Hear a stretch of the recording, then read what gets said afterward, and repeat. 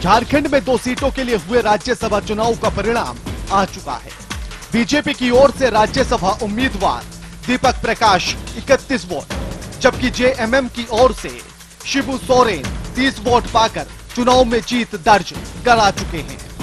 चुनाव के बाद ना तो बीजेपी और ना ही जेएमएम खेमे के अंदर बहुत खुशी दिख रही है, क्योंकि सभी को पता था कि इस बार राज्यसभा में किसी के गणित की कोई भी जरूरत है ही नहीं।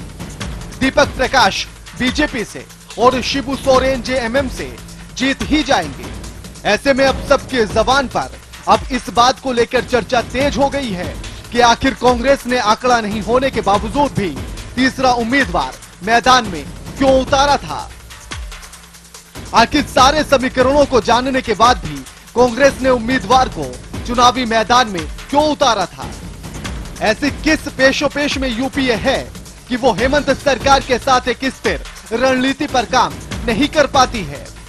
ऐसे न जाने कितने सवाल हर राजनीतिक दल के मन में अब उठने शुरू हो चुके हैं।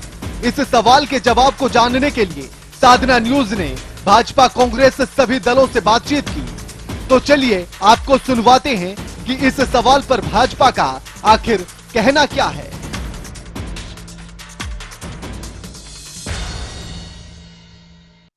आखिर कांग्रेस बड़ा दुर्भाग्य है, सत्ता का मलाई साथ साथ खाएंगे, सत्ता का मलाई साथ साथ खाएंगे, सत्ता के हिस्सेदार बनेंगे झारखंड मुक्ति मोर्चा और कांग्रेस के लोग, और फिर राज्यसभा का चुनाव में अलग अलग लड़ेंगे, एक दूसरे के खिलाफ लड़ेंगे। ये कैसी राजनीति है, कहाँ है नैतिकता।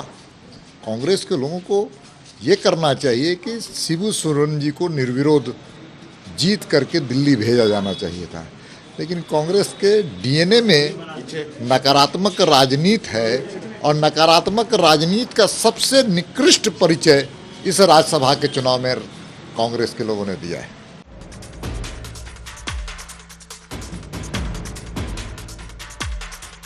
दो राज्यसभा सीटों पर आंकड़ा नहीं होने के बाद भी कांग्रेस के रिजल्ट को लेकर हर कोई आश्वस्त था।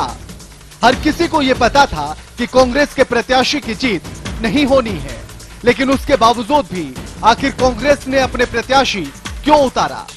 जब यह सवाल कांग्रेस से पूछा गया तो सुनिए कांग्रेस का इस मुद्दे पर क्या कुछ कहना है। ये तो अद्भुत सवाल कर रहे हैं आप लोग। क्यों? ये तो कानून, संविधान ने मुझे अधिकार दिए हैं चुनाव लड़ने के लिए, और मुझे खुशी है कि हमारे सारे विधायक इंटैक्ट रहे। चुनाव लड़ना हमारा लोकतंत्र में अधिकार है। आश्चर्य लगता है मुझे जब ये लोग सवाल करते हैं कि चुनाव क्यों लड़ रहे थे आप। और जब हम चुनाव के मैदान में गए थे तो अपने सभी गठबंधन के साथियों से बात किया था, निर्दलीय विधायकों से भी बात किया था, उन्होंने भी सहयोग देने का वादा किया था। लेकिन आपके सामने है सारे तथ्य। माननीय सरजू राय जी ने कहा कि हम दूसरी वरीयता का वोट दिए हैं। ये सवाल तो बीजेपी से बनता है कि सरजू राय जी के दूसरी वरीयता का क्या मतलब है। यहाँ तो स्पष्ट था कि जिसको वोट है दूसरी वरीयता, तो आप बेवकूफ किसको बना रहे हैं।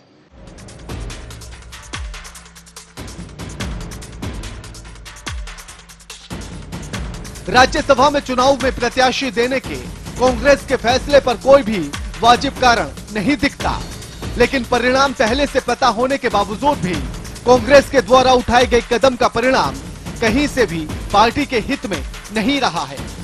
इससे कांग्रेस की तो किरकिरी हुई ही है, साथ ही गठबंधन में भी दरार नजर आने लगी है।